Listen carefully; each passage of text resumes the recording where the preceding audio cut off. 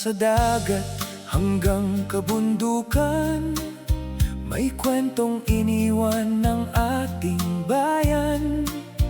Geras piratikas, aral ng nakaraan, kapayapaan ngayon ang ating daan.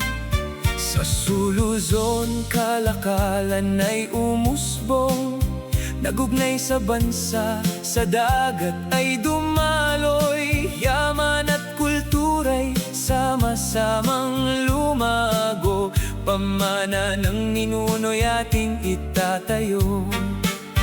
Badyaw ay naglalayag sa bughaw na dagat, tradisyon at kultura'y hindi nalilimot. Pagmamahal sa lahi, laging iingatan, pagkakaisa ang ating sandigan. Kasaysayan, kultura, ating ipagmalaki, komunidad at bayan, sabay nating itaguyod lagi. Heograpiya'y gabay sa ating pamumuhay, Pilipinong nagkakaisa, sa pag-asa'y sumasabay. Ating pangalagaan ang lupang sinilangan, pagmamahal sa bayan ang tunay na kayamanan.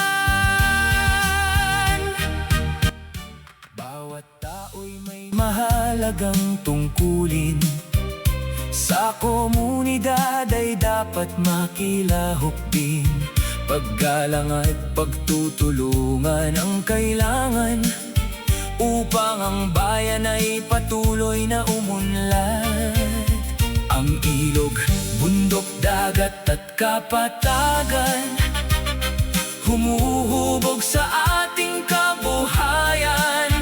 Heografiya at kultura'y magkaugnay, sa bawat Pilipino'y buhay na gabay.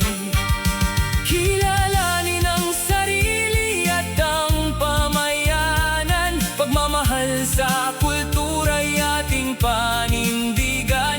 Ang nakaraan ay ilaw ng kinabukasan, tayo ang susunod na tagapag-ingat ng bayan. Kasaysayan, kultura, ating ipagmalaki, pagkakaisa't pag-asa ang susi sa bawat ngiti. Mula week 7 hanggang week 8, aral ng buhay ang ating bitbit. Tayo'y kabataang handang maglingkod para sa Pilipinas na ating minamahal. Kasaysayan ay buhay, kultura'y yaman, komunidad ang lakas ng ating bayan. Pilipino tayo, iisang puso't